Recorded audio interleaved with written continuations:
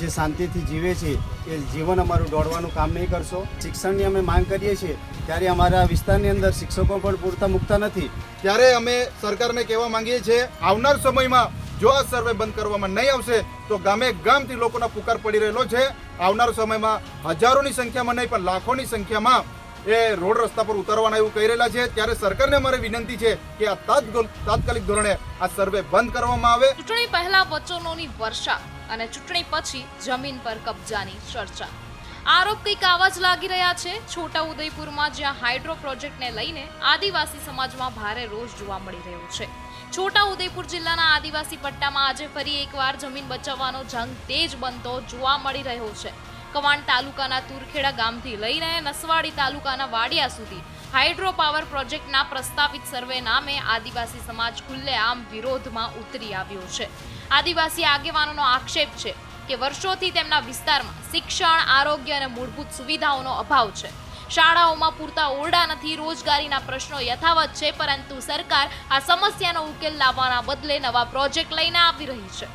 ચૈતર વસાવાએ સરકારને ચેતવણી આપતા કહી દીધું છે કે ગ્રામ સભાની મંજૂરી વગર અને ગ્રામજનોની સંમતિ લીધા વગર આદિવાસીઓની જમીન હડપવાના પ્રયાસ કરશો તો આરપારની લડાઈ થશે।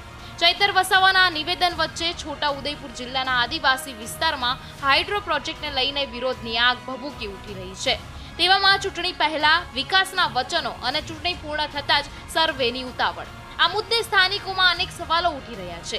આદિવાસી સમાજનું કહેવું છે કે જે વિસ્તારમાં આજે પણ શાળાના પૂરતા ઓરડા નથી, શિક્ષણ અને સુવિધાનો અભાવ છે, ત્યાં સરકાર વિકાસના નામે જમીન મેળવવાની ચિંતા વધુ કરતી જોવા મળી રહી છે।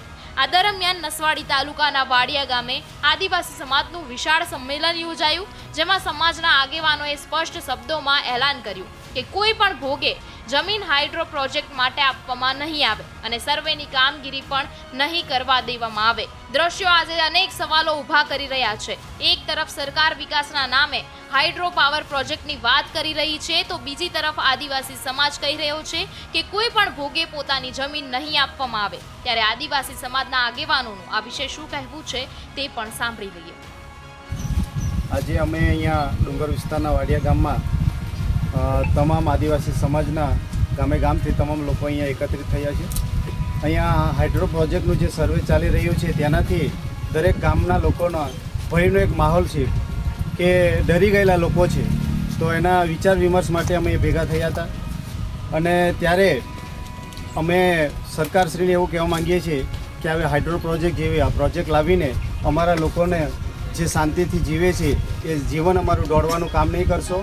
અમારા સારા વિકાસ માટે અમારે સારી શાળાઓ જોઈએ છે, સારું આરોગ્ય જોઈએ છે, સારા રસ્તા જોઈએ છે। જ્યારે શિક્ષણની અમે માંગ કરીએ છીએ ત્યારે અમારા વિસ્તારની અંદર શિક્ષકો પણ પૂરતા મૂકતા નથી।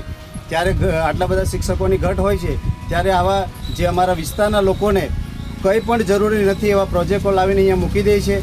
ત્યારે અમારા તમામ વિસ્તારોમાં તમામ લોકોને ભયનો માહોલ છે।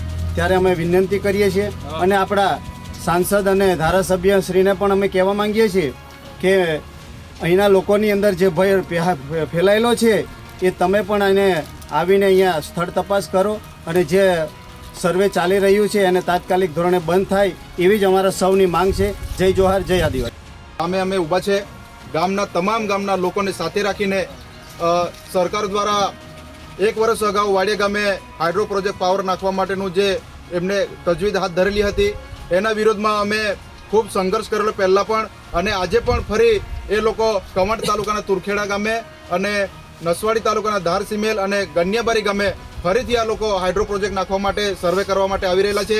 ત્યારે અમે સરકારને કહેવા માંગીએ છીએ કે જ્યારે દેશ આઝાદ થયો 1947માં દેશ આઝાદ થયો એના પહેલાં અંગ્રેજોનું શાસન હતું, ત્યારથી અમારા વડવાઓએ ખૂબ સંઘર્ષ કરેલો છે અને આ જમીનો અમે બચાવેલી છે। ત્યારે એના દેશ આઝાદ થયા પછી સરકાર અવારનવાર બદલાતી રહી અને જે પણ કાયદાઓ બન્યા અમને ગ્રામસભાની અંદર પાવર મળેલો છે। 5મી સૂચિ વિસ્તાર લાગે છે।